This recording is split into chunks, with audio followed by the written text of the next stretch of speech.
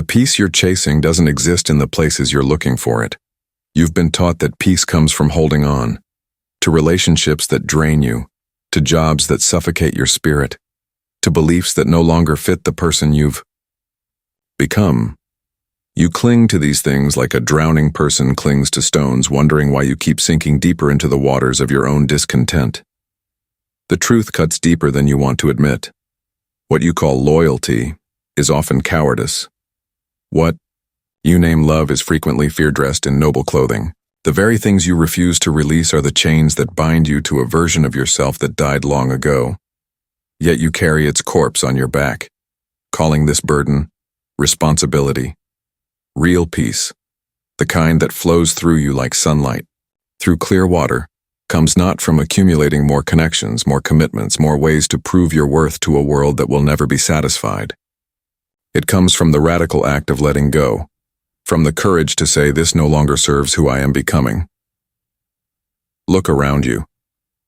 Count the relationships where you wear a mask, the conversations that feel like performances, the spaces where your soul contracts instead of expands. Each one is a theft of your life force, a betrayal of your authentic self. You've been conditioned to believe that enduring these violations of your inner truth is virtue. It isn't. It's spiritual suicide disguised as nobility. The peace you seek isn't hiding in the approval of others. It isn't waiting for you to finally become good enough, patient enough, selfless enough to deserve it. It lives in the space between your authentic self and the world, but only when you stop contaminating that space with connections that corrode your essence. From the moment you could understand language, they taught you that good people hold on. Good children don't abandon their parents even when those parents are toxic wells poisoning every interaction. Good employees don't leave companies even when those companies crush their creativity beneath the weight of bureaucratic mediocrity. Good friends don't distance themselves even when friendships become performance theaters where authenticity goes to die. This conditioning runs so deep, it feels like truth. You've been programmed to believe that releasing what no longer vibrates with you is selfishness, that creating boundaries is cruelty, that walking away is weakness. So you stay. You endure. You smile through conversations that feel like sandpaper against your soul. You attend gatherings where you feel like a stranger in your own life. But here's what they never told you. The people who taught you to hold on were often the ones most afraid of being abandoned themselves. The institutions that preached loyalty were protecting their own interests, not yours. The religions that commanded sacrifice were building empires on the backs of those willing to sacrifice their own truth for the promise of future reward. You learned to measure your worth by how much you could endure, how much you could give, how much you could sacrifice of yourself to keep others comfortable. You learned that your needs were selfish, that your boundaries were cruel, that your desire for authentic connection was somehow less important than maintaining the illusion of harmony. The pain you feel, that constant low-grade exhaustion that follows you like a shadow, isn't from not having enough. It's from carrying too much, from refusing to let the dead parts of your life decompose naturally. You've become a graveyard of relationships, commitments, and identities that should have been buried years ago.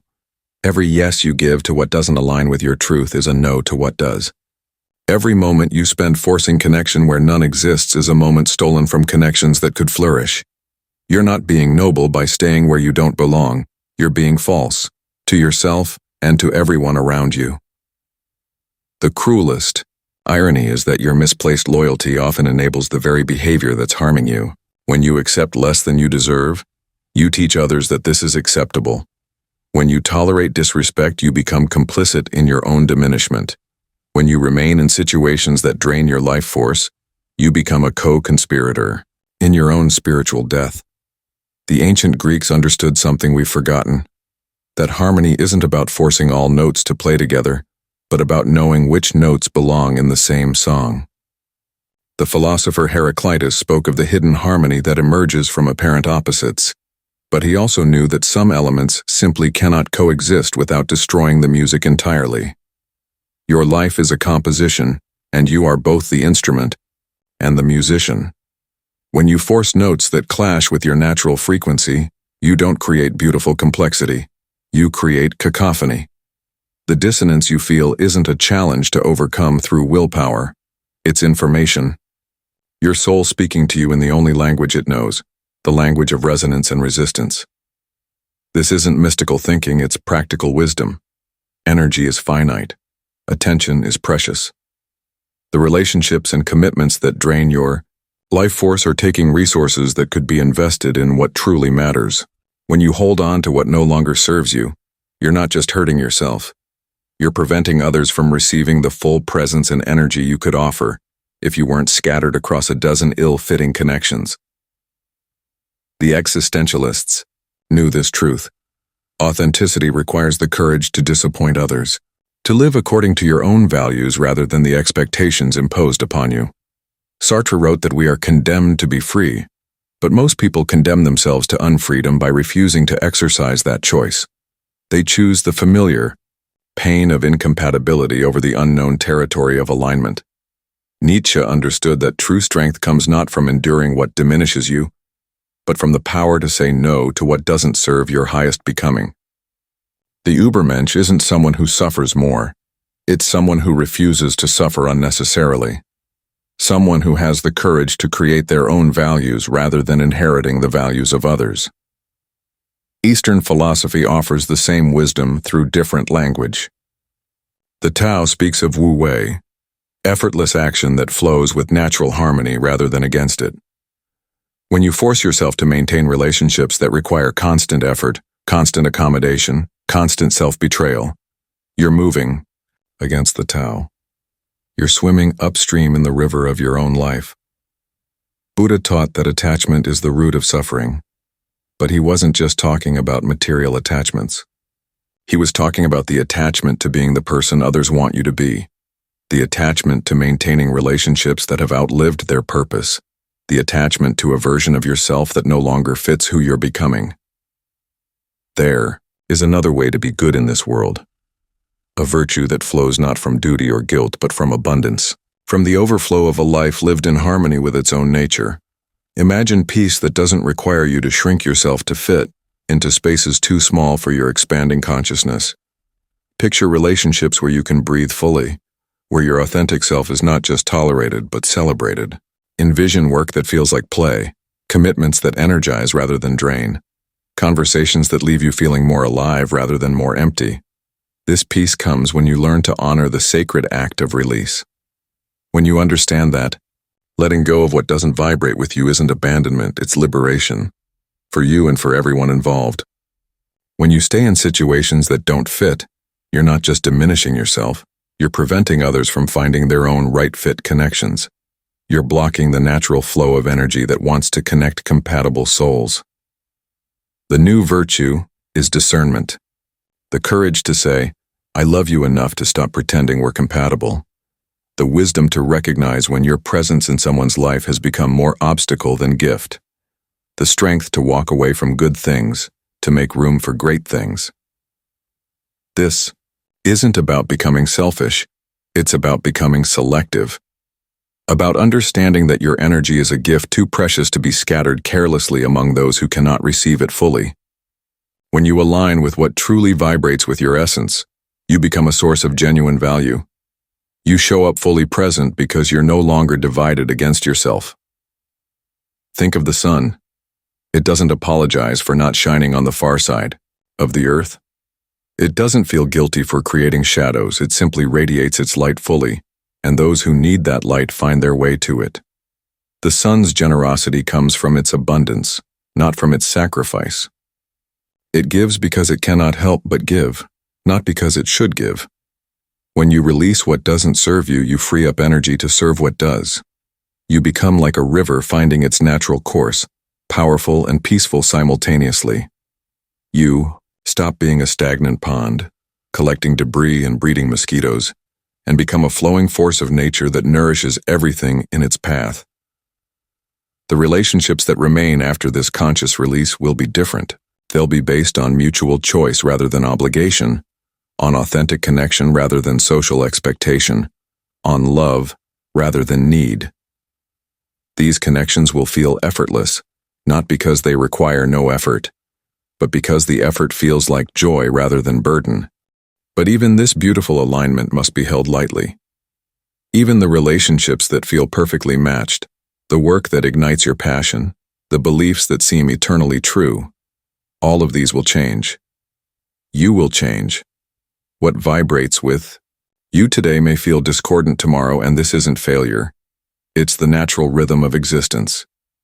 The deepest peace comes not from finding the perfect fit and holding on to it forever, but from developing the capacity to flow with life's constant transformations, to release gracefully when the time comes, to trust that letting go of what was beautiful but no longer appropriate creates space for something even more aligned to emerge. This requires periods of silence, moments when you step back from all relationships, all commitments, all identities, and sit with the pure awareness that you are beyond all of these temporary forms. In this silence, you discover that your peace doesn't depend on external circumstances aligning perfectly. It depends on your ability to align with the deeper current of your own being.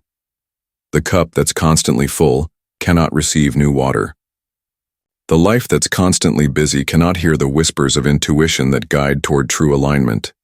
Sometimes the most loving thing you can do for yourself and others is to disappear for a while, to let the noise settle, to create empty space where genuine connection can take root.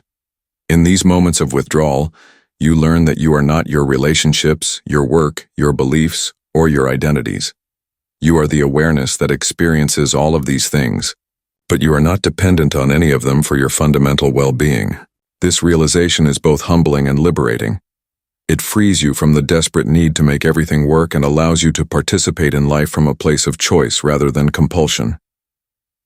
The ancient mystics knew this secret. The desert, the cave, the mountain, these places of apparent emptiness are where the soul remembers its true nature. Not because isolation is better than connection, but because only in silence can you distinguish between the voice of your authentic self and the voices of everyone else you've internalized. Even your attachment to being a good person who releases what doesn't serve, even this must be released. The spiritual ego that prides itself on its discernment can become another cage. True freedom comes when you hold all identities, all practices, all relationships lightly enough to let them transform when the time is right. Death teaches us this ultimate lesson. Everything we attach to will eventually be taken from us. The peace that depends on external circumstances will always be fragile. But the peace that comes from knowing who you are beyond all circumstances, this peace is unshakable because it has nothing to lose. The invitation stands before you now like a doorway. Will you continue carrying what no longer belongs to your journey, or will you trust in the intelligence of release? This isn't about dramatic exits or burning bridges. It's about the quiet courage to honor what is true right now, in this moment. To stop forcing connections that feel forced. To stop saying yes when your whole being wants to say no. To stop apologizing for the space you need to grow into who you're becoming. Start small. Notice the micro moments of misalignment throughout your day. The conversations that drain you. The commitments that feel heavy. The thoughts that loop endlessly, without resolution. The relationships where you perform rather than simply being. Each of these is a teacher, showing you exactly what needs to be released. The practice begins with awareness.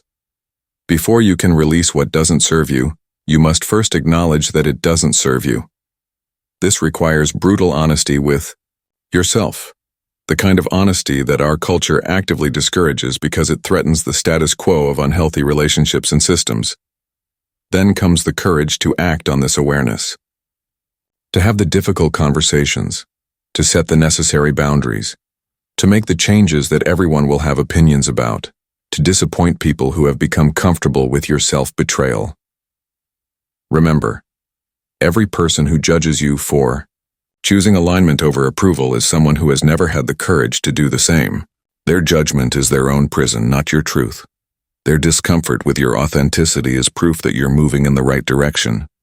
If this resonates with the deepest part of you, if you feel that tremor of recognition in your chest, write these words in the comments as your commitment to yourself. I choose the peace that comes from releasing what no longer serves my highest good. This is your declaration of sovereignty over your own life force. Your promise to treat your energy as the sacred resource it is. Your commitment to creating space for what wants to emerge by letting go of what wants to dissolve. But don't stop there. After you write those words, take one concrete action today. One small step toward releasing something that no longer vibrates with who you're becoming. Send that message. Have that conversation. Say no to that request. Create that boundary. The universe responds to action, not just intention. The path of conscious release isn't always easy, but it leads to a peace that needs no external validation. A peace that flows from the simple harmony of living in alignment with your own truth. This is the peace that passes understanding, because it doesn't depend on circumstances being different than they are. It depends only on your willingness to be authentically yourself, fully present to what is, and courageously selective about where you invest your irreplaceable life energy. The river doesn't cling to the stones it passes. The sun doesn't force its light on those who prefer darkness. Your peace waits in the same natural flow, in the wisdom of giving and receiving, holding and releasing, connecting and letting go, all in their proper season. Trust the rhythm. Honor the change. Release what no longer vibrates with the frequency of your becoming. The silence that follows will teach you everything you need to know about peace.